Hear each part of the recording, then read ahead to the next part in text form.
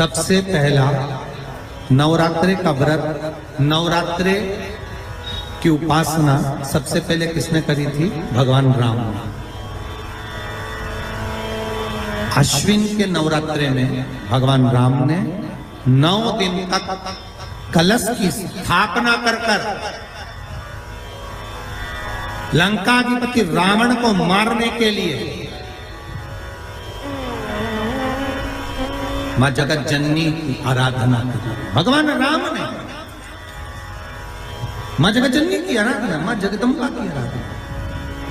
और कहते हैं मेरे राम ने प्रतिदिन मां शरण दिया और मां जगत जननी से विनती निवेदन कर कर कहा कि आपको प्रतिदिन आना पड़ेगा। इसलिए देवी भागवत में लिखा है कि नवरात्रे में एक दिन, जैसे प्रतिपदा है, पहला दिन है तो एक कन्या का पूजन करो, द्वितीया है तो 2 कन्या का पूजन करो, तृतीया है तो 3 कन्या का पूजन करो, चतुर्थी है तो 4 कन्या का पूजन करो, पंचमी है 5 कन्या का पूजन करो, छठ है 6 कन्या का पूजन करो, सप्तमी है 7 कन्या का पूजन करो, अष्टमी है 8 कन्या का पूजन करो, नवमी है, जम के बोलो, 9 कन्याओं का पूजन करो।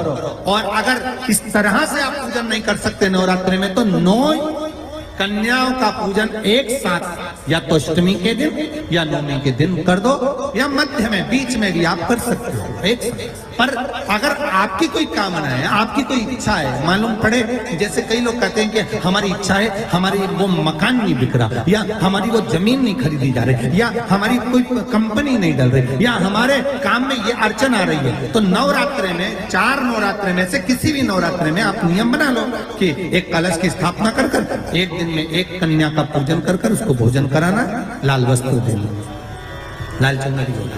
दूसरे दिन में 2 कन्याओं का पूजन कर कर लाल वस्त्र ओढ़ाना, लाल चुनरी देना। तीसरे दिन में 3, चौथे दिन में 4, 5वें दिन में 5, ऐसे 7-9 दिन तक एक कन्याओं के क्रम को बढ़ाते बढ़ाते बढ़ाते बढ़ाते आप उस पूजन का विधान प्रबल कर सकते।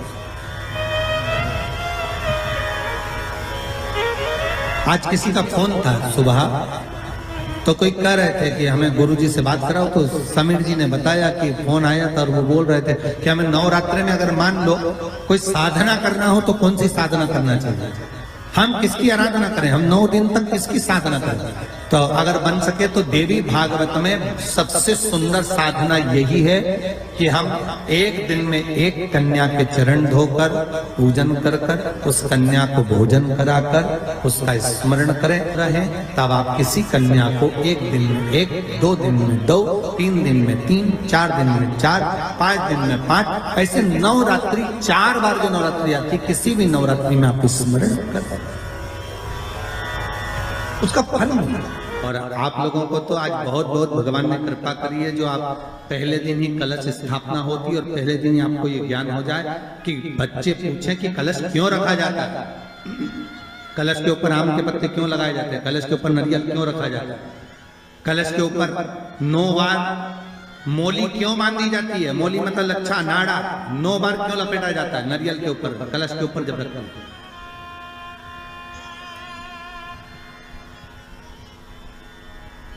कलश के ऊपर जब जब श्रीफल रखाता है, नारियल रखाता है, तो उस पर 5 बार 7 बार मोली नहीं लपेटी जाएगी, तो 9 ही बार लपेटी जाएगी। 5 या 7 बार लपेटते हैं तो कहते हैं कि लक्ष्मी की छिन्नता होती है, और वो 9 बार लपेटी जाती है तो भरपूर लक्ष्मी का भंडार भरती है।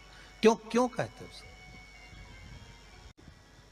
भगवान कुंभ का निर्माण कर रहे हैं, भगवान कलश का निर्माण कर रहे हैं, और भगवान स्वयं ब्रह्मदेव कर रहे हैं कि आप ऐसा निर्माण कर दो जिसमें 33 कोटि देवता स्वतः विराजमान हो जाए। तो भगवान ने उस कलश का निर्माण कर दिया। अब कलश का निर्माण करा तो स्वयं भगवान ब्रह्मदेव बोले, प्रभु इस कलश के अंदर मेरा स्थान कहां है,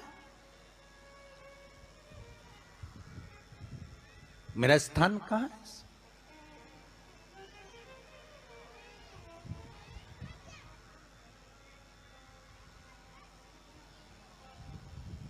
बहुत ध्यान देना महाराज, कलश का जो मुख होता है उस मुख पर भगवान विष्णु का स्थान होता है। किसका स्थान है? भगवान विष्णु का। थोड़ा सा नीचे आओगे, जहां से कलश का मुख दबा हुआ होता है, वह जगह भगवान स्वयं शिव की होती है। किसकी जगह है? भगवान शंकर की। कलश का अग्रभाग, नीचे का भाग जहां से फैला हुआ होता है वहां ब्रह्मा का आधिपत्य स्थापित होता है। फिर कलश का जो नीचे का भाग होता है वो भगवान शिव और शक्ति का स्थान होता है। कलश के बाहरी भाग में, जहां पर बाहर का हिस्सा होता है, उस कलश के बाहरी भाग में 33 कोटि देवताओं को भगवान शंकर ने लाकर विराजमान किया होता है। महाराज भगवान शंकर 33 कोटि देवताओं को निमंत्रण देकर उस कलश में विराजमान कर दिया। कितना सुंदर लिखा है देवी भागवत के अंदर कि जहां कलश की स्थापना होती है उस जगह पर किसी देवताओं को बुलाने की जरूरत नहीं होती। 33 कोटि देवता उस जगह पर स्वतः विराजमान हो जाते हैं। स्वयं 33 कोटि देवता स्वयं वहां विराजमान। नवरात्रि का मतलब क्या होता है? केवल 9 दिन तक देवी की आराधना कर लो, नंगे पैर ले लो, थोड़ा सा साबूदाना का फरियाल कर लो, मोरधन, चिप्स, पापड़ ये खा लो, या किसी देवी जी के मंदिर में जाकर नंगे पैर झंडा उठा के, ध्वजा उठा के, चुंदड़ी पकड़ के माता जी के मंदिर तक चले जाओ। क्या केवल नवरात्रि का मतलब यही है? या फिर कहीं गरबा हो रहा हो तो गरबे में चले जाओ?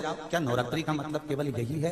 या घर में जोत लगा लो, नवरात्रि का मतलब यही है? घर में जवारे बो दो, नवरात्रि का मतलब क्या यही है? घट स्थापना कर दो, क्या नवरात्रि का मतलब केवल यही है? अगर नवरात्रि का मतलब जानना है तो आपके मन में एक विचार आना चाहिए कि ये नवरात्रि केवल घट स्थापना के लिए नहीं होती है, ये नवरात्रि हमारे भीतर एक नारी के सम्मान के लिए प्रकट होती है कि नारी का सम्मान कैसे होना चाहिए।